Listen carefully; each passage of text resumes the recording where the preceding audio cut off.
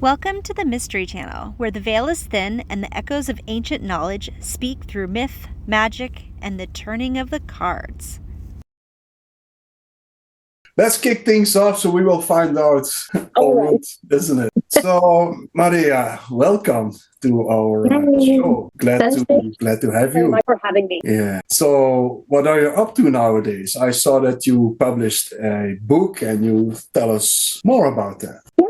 Well, currently I'm just taking a bit of a break from big projects. I'm trying to get everything back on track, because it's true that the project of the book was very time consuming, and I loved it, but it was also, a thing that required a lot of energy and focus and the looming deadline in the horizon. So right now I'm trying to be a little bit more relaxed. It is hopefully not my last book, but I'm waiting a bit longer before I embark in something else. So about Tarot Tableau Revolution, which I have here, this has been a book that has been in the making, or an idea since somewhere around late 2020, but it couldn't happen until much later. And I am actually happy that it didn't happen before, because I believe that I really needed to grow in my method before I could put it out there, before I knew how to convey that information. And I believe that the timing has been just great. And this is a book that's focused on my premise within tarot, which is that you can answer every question with tarot or with any other method of divination, as long as you are interpreting in the context of the question and the context of the querent and such. So that's what's about. Yeah, interesting. So when it's like you read those tarot cards in a tableau form, can you tell us something about that? Because that's not the usual way to read them, isn't it? Yeah, well, I mean, people tend to associate tableau with Lenormand, as you probably know, because that's your thing, right, Bjorn? But it is not a technique that's exclusive to Lenormand. It's something that you do with Lenormand or with other methods like Keeper, Sibyl, whatever else you want to use. But it doesn't belong to one method more than a hammer belongs to blacksmiths exclusively. Right, so it is a tool that's used in Lenormand, that's mostly known maybe for being used there, but that you can apply to any other method. And what I love about this is that it is a great blend between having some structure in your reading, but not being bound by positions, as you are, for instance, in a Celtic cross or something, in which the card is bound to its position, but the rest of it is not maybe as taken into consideration as it is in a tableau. And I like to compare this to a painting, right? You see the finished result, but when you are creating a painting, you are putting layers upon layers that then the eye interprets as a whole image, as a whole picture. But there are lots of colors, there are layers, there are lots of brush strokes that compose that whole image. And that's what the cards are doing in the tableau. Everything that's on the table, everything that's not on the table, and maybe should be or is missing for a reason, how it all interacts is part of the answer that we are giving to our client or our querent. So that's how I work with it. Not just pure meaning or pure meaning in position, but also presence, absence, the elemental aspects when looking at the suits that are or aren't on the table. How do those interact with the question and with the context? All of those things. Mm-hmm. Yeah, interesting. Yeah, I like that. And how, because I still have to read your book, do you process gradually through the book, that you somehow start with a small grid of like a few cards, and then what is the biggest tableau that you show in your book? Because like Itea used to do a reading with all the cards, that would take a week to figure it out. That can be very daunting. And when you are, I like to take my students always gradually, or, body, mind, spirit, or whatever else, right? So people tend to come from a background of reading positionally, and I try to begin with narrative readings. So we begin with 3 cards, then move on to 5 in a line. We are not doing tableau yet purely, but we are introducing some techniques, and we are introducing, for instance, the elemental aspect. So it's like, okay, what story is this?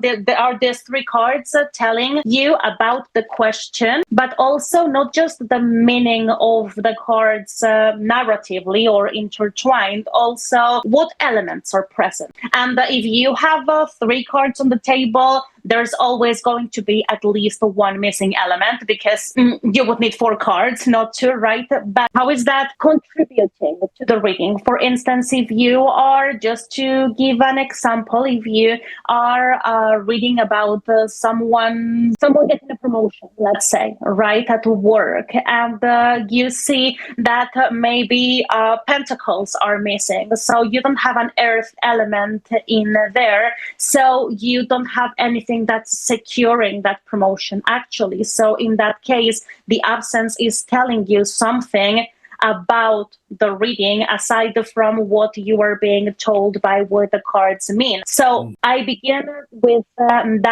with giving some technique regarding the elemental aspects, the directionality cues that we can get also from the cards and such. Then we move to 5, and then once that's settled, we move on to that 9 card tableau, which is the one that I use for most things. So 3 rows of 3, 9 card box, it's also called in Lenormand, or 3-4-3, many ways to call it, which is the one that I focus on. Then I move on to the 25 card tableau, which is basically the same structure as the 9 card tableau, but it's 5-4-5 instead of 3-4-3, which just expands. I like that kind of disposition, but also I believe it's important to know when to pull so many cards on the table, right? Because not everything requires 25 cards, which in tarot is basically 1/3 of the deck. So there are very few things that require for you to pull 1/3 of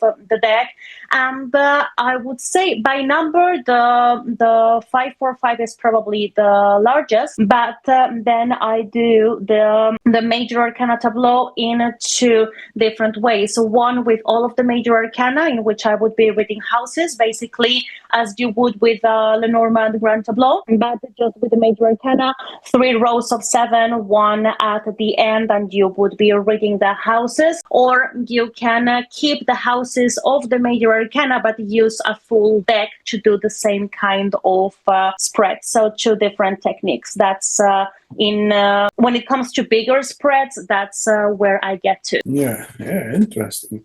Because I just find it interesting that you still stick with like the Lenormand tableau. Because I did order your book, but it went to a different address, and I finally just got it again, so I didn't have time to read it in the thing. But because in the book, I was going to say too, you say it comes from an older system, or because I wasn't able to read it, so I was reading some of the reviews, and people said that you were saying it came from an older system. Is it just that Lenormand system, or is it a way that somebody it evolved from there? Like I said, no, and I'm not a tarot historian, so it is not my thing. I don't claim, being a tarot historian, but it is, so as far as I know, not a method that that comes exclusively from Lenormand. It has been referred to by Mary Greer in some posts that she did.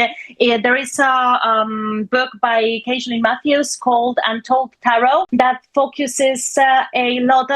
She tends to read the older decks like the Marseille as opposed to Rider-Waite-Smith, but she also speaks a lot about the tableau technique or the tableau way of reading tarot, which is very much based in directionality, in this squared dispositions. So it is, I'm not making it up. I am not a historian to give you a whole class, but I can tell that I am not making it up either, that it is an older thing that has been that was used before, at least with tarot decks that were closer to maybe that original idea that then grew into other kind of positional reading, for instance, as the one we use today. And then there were mostly other European methods of divination, like Lenormand or like a keeper, that maintain that same structure, while tarot evolved in a different direction.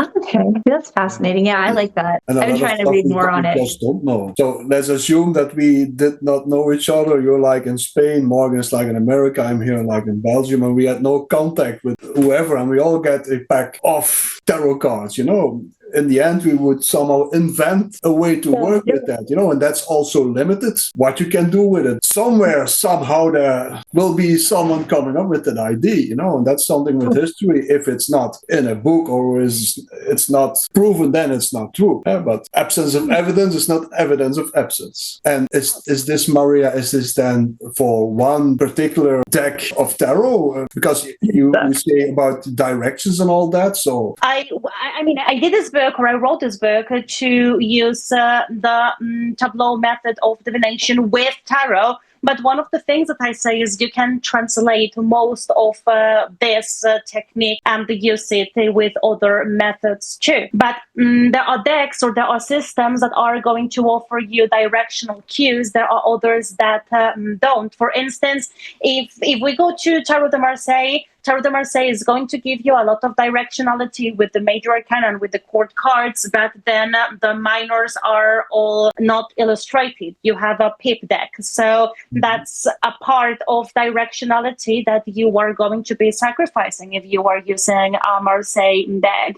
There are decks, I use my Rider-Waite-Smith tarot, not because I particularly enjoy it visually, which I don't, but because it is one that I have grown accustomed to and that gives me a lot of movement. And I tend to favor decks that are recreations or reimaginings of that Rider-Waite-Smith that maintain similar similar compositions, similar directionalities. Now, you're going to find a lot of decks in which all the cards are facing forward, in which the directionality is not there, or maybe it doesn't even have peephole in them, right? So, depending on the deck that you are using, you are going to have certain aspects that you can apply and others that you cannot apply. But at the same time, you don't need to apply every possible technique that you can in order to read like that. Same thing with Lenormand decks. If you get a classic Lenormand deck, you have your covered coffin with cover thing on one side, the other side's empty. That's supposed to give you some directional cues. Same thing with the clouds. It's supposed to be gray on one side, white on the other. That's supposed to give you some sort of information. But then you see other decks that don't have that, and you just have to make do with those or assign a left or right. That for that I also use what's the word, favorable or unfavorable, or auspicious or inauspicious. That's the word that I was looking for, which is usually back or front. But if I have figures that are facing forward, I will say, all right, so right is auspicious, left is inauspicious, and I will use that because I don't have a directionality. So you can do all the things. So you try to inspire people to make use of it, to think creative, something like that. I'm just trying to give this tools that you can integrate. Not everyone, for instance, I rely a lot on directionality, and that's something that I will not sacrifice in my readings, and I will choose decks to work with based on that directionality that I rely a lot on because I work well with it. But there are other people, and I have students that don't get as much from directionality, but they pay a lot of attention to maybe number clusters, and they are getting a lot of information from the kind of numbers that are on the spread. And that's a different layer that you can use and that you can see. So it also depends a lot on the reader and what technique works best with them. Yeah. It's logically, isn't it? Yeah, no, I like that, especially directionality. Would you have people, if they really wanted to work with it, but like a particular deck, just choose a direction before they even shuffle the cards, like you said? I would say if they, one of the things that I tend to tell my students is make every decision that you can possibly make before you pull the cards so that you won't second guess yourself. For instance, when deciding a timeline, because your standard timeline, if you are reading a tableau, would be past, present, future in the first, second, third row. Now, if you are reading purely predictively, you don't need a past line, so you can be present, future, further in the future. Or maybe you want the information because you're nosy or because you wanted to know how it all came to be, so you can still use that. But the thing is, you know that before you pull the cards, so that you are not, oh, is this present? Is this past? You know what you meant to do, right? Same thing if you are going to use a significator. Make up your mind of whether that's something that you are going to intentionally shuffle, or if it's a value that you are going to assign to a card, and if it comes up, great, and if it doesn't, then it doesn't. Or, as you said, directionality. Does this deck offer me the possibility of using organic directionality? Then great. If it doesn't, am I going to use this first, and then how am I going to use this? I like that. Yeah, that's good. Very clear. So, and where are you in Spain, Maria? In Madrid. In Madrid. So, and is there a big tarot scene over there? Because, like Spain and Italy, they always, in regards of tarot cards and all that, were big players in Europe, especially since Muslim hordes brought the idea into Italy and into Spain. Yes, there is a tarot scene, not one that I participate greatly in, I will say, because I have found that the tarot scene here is a bit different from what I am accustomed to. I see that, for instance, there is a great Marseille tradition in Spain. I believe that it's something that happens in general in the south of Europe, that people tend to favor Marseille more. But I have seen that there is a clinging to traditional reading that doesn't tend to make space for other things, which is not something that I particularly enjoy.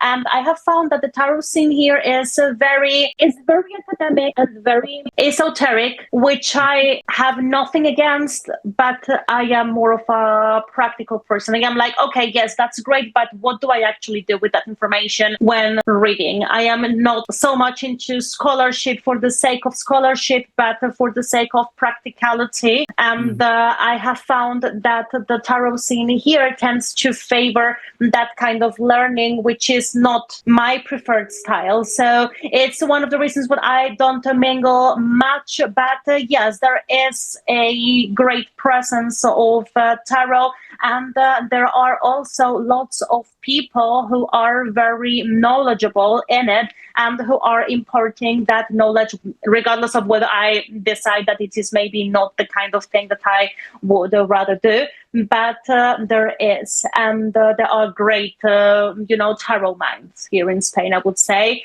And we have the tarot museums as well, which are in Madrid and in Barcelona. And they are great, very, very nice people who will let you rummage through decks for hours on end. And, there are open decks, and you can go and play and recklessly spend some money. And it is yes. Yes, because it's a shop as well as a museum. So they have open decks, and you can see them and you can rummage them, and then you can buy them. You can buy collector's items. You can buy just your regular decks. So it is a great way to spend a couple of hours in Madrid and then spend some money that you shouldn't spend. Yeah. Oh, yes. I always get in trouble there. How many decks do you own? As much as Morgan, or less? How many decks do you own, Morgan? I lost count after like 300, so like, you know. Oh, you definitely have more decks than me. I lost the count at 100 or something, but I believe it must be under 200 likely. So you win.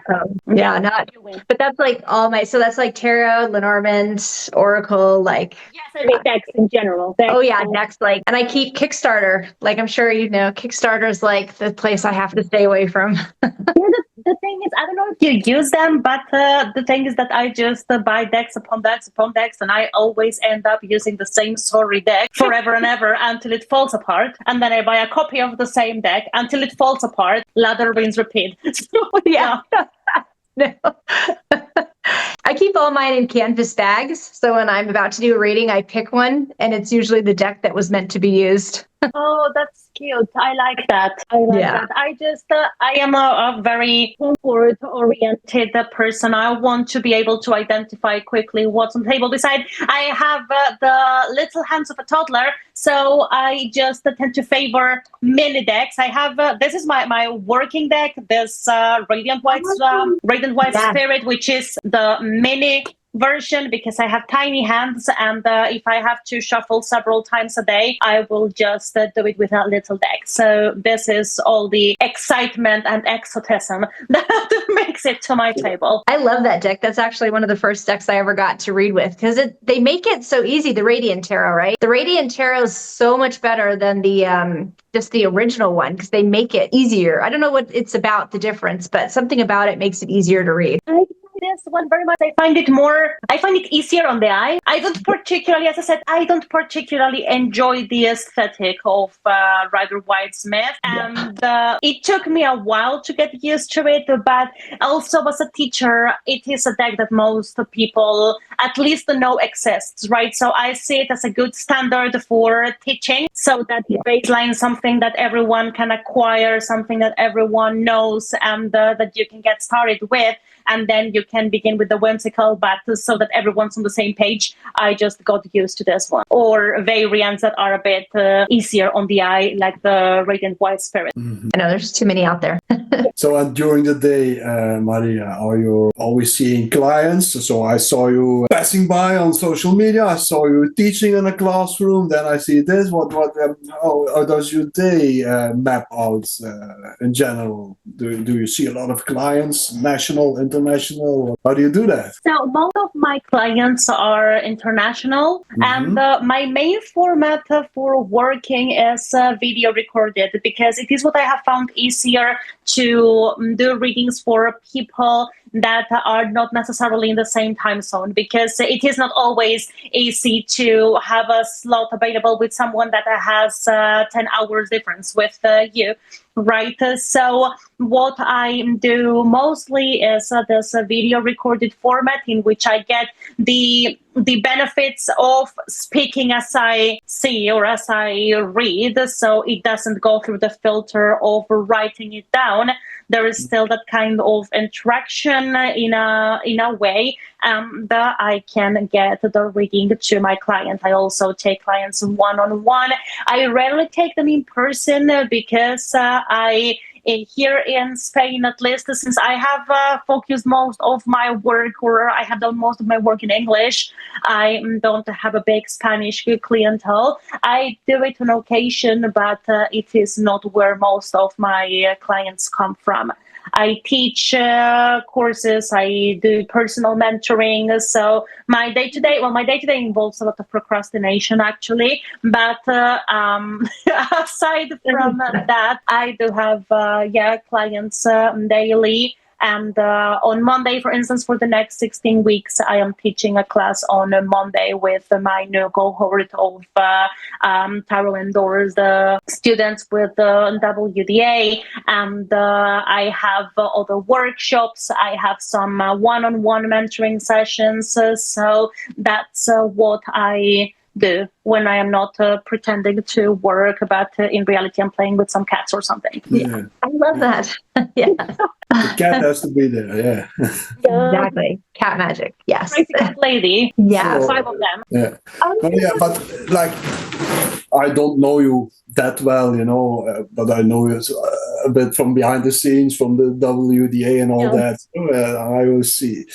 Because I was talking with Morgan, so I said, you come over to me always like a little bit tongue-in-cheek, you have your ways of doing stuff. I find you funny. But what makes you authentic as a tarot reader? Wow, that's the kind of question that you have to think about. I would say that my way to verbalize this without looking way too pleased to know myself. So I would say that my motto, so to speak, is tarot readings for real life, meaning I want to meet people where they are at. I have not made the healthiest use of tarot when I began with it. I have used tarot for the shitty, toxic relationship of, that we have all had. I don't want to be an enabler of that, but I also recognize that people are perfectly entitled to care about what they care about. And I believe that as readers, we tend to say, I don't judge my clients. Now, we are all going to have an opinion. We might not convey it, but it's just human that someone's going to tell us something, we are going to have an internal reaction. Now, the thing is, are you going to bring that internal reaction to the table or not? Or are you going to be able to separate what you think from the reading that you are doing, which I believe that is kind of the key. But also, I believe that a big part of judging our clients actually is telling them what they can be worried about, telling them you should be asking this instead, or you should be worried about this other thing, or why don't you worry about your self-development, or why don't you focus on your, on confronting your shadow. The thing is that there are people that are there that are wanting to work on those things, and there are people that are just worried about whether or not they are going to have a job tomorrow. And I believe that as readers, our job is to meet people where they're at in their real life moment, and with whatever concern they come to you too, and how are you going to treat that, of course, responsibly and to the best of your ability. But I believe that I want to judge my clients doesn't mean I won't have an opinion, will mean I will treat everyone's concern as equally valid and deserving of an answer, and I will meet this person where they are at without trying to insert what I would do in their shoes into it. Yeah. So Oh, yeah. That's very important. Yeah. if I listen to you very well, you somehow say it's a practice in being self-aware. Yeah, so self-aware in the sense that I am where the other person begins, and where the difference between inserting my view or my opinion and respecting what the other person's coming from. So like you're saying, understanding what works for you wouldn't work for them. Like what works for one person wouldn't work for another. So very... It's like, what does this person need? What can I, within my abilities and within my skill, that's also possible. And I believe that we underuse the sentence, I don't know, which we should incorporate into our vocabulary more often, but that's a different thing. But I would say that this is maybe where I believe my authenticity lays. That we are not always in the position to make, certain decisions, even if they would technically be better, or to worry about all the things. You can be worrying about, your spiritual development when you don't know how you are going to pay rent. Mm-hmm. That's something that, or if you are just utterly and absolutely heartbroken and you can't get out of bed, you're probably not going to be caring about meditating and elevating your vibration. You want to stop suffering. So I believe that I try to make space for that, for the person that comes with what someone would call an elevated concern, a question, whatever, and with someone that's just in a position in which they want to see a way through the situation that they are in. And I believe that both are worthy of the same attention. So what makes a good reading? Depending on the reading, because not every reading requires the same thing, just as not every person requires the same kind of guidance. So I would say a good reading is a reading that answers the question that's being asked. That would be like my standard, right? Whether that question, because there are questions that are, is there something to happen, or is this not going to happen? There are questions that are when, a how, a what. I mean, there are many different questions and many different approaches. And I would say that a good reading needs to address the querent's concern. That you're getting more information about something else, then that's great, and you can build on that. But I would say that a good reading needs to address that concern first and foremost. Then you can expand it in however, whatever other way you can. But that would be, if I have to put it in short, that would be the core of it. And what if you're somehow not able to access the right answer, or if the sitter does not understand it? Have you ever encountered that? That was one of my big frustrations back in the day when I was still reading cards. Yeah, I mean, there are situations in which the question is like, there are things that need to develop before this has, or you can foresee an outcome for this, because there are things that need to mature before this can come to a conclusion, right? And I don't know is also an answer, as I said before. The thing is, sometimes we don't have an answer. Throw in a spiritual word salad that says nothing, and that is not actually useful. And I don't have an answer for this, or I don't know, or that's an answer too. The idea is I try to commit to an answer as much as I can. But I am not going to make any friends here, but you're supposed to know everything, so you're supposed to take away the veil, and that's how they see you, isn't it? No, but the thing is, I'm not going to make any friends here. But the thing is, I believe that when you make yourself commit to an answer, most of the time, if you are not getting that concrete answer, then you can also say, this is not happening, and that is honest too. But when you try to commit to an answer, you're forced to learn in a way, because either you are right, and if you are right, you know how that feels. You are going to feel more confident in what you do next, and you are going to calibrate that better. If you are not right, you are going to also have some feedback to work on, and you're going to say, okay, so I interpreted this. What went wrong? What happened here that made me interpret this? Was it something that I could have interpreted differently, or I couldn't have interpreted these cards differently, which is also it's also a possibility, right? But the thing is that we don't need to be infallible. Now, when we do this open-ended kind of reading, it is very easy to say something that is right, regardless of what happened. If you make a word salad big enough, that's going to fit any sort of outcome and is going to fit any sort of a person.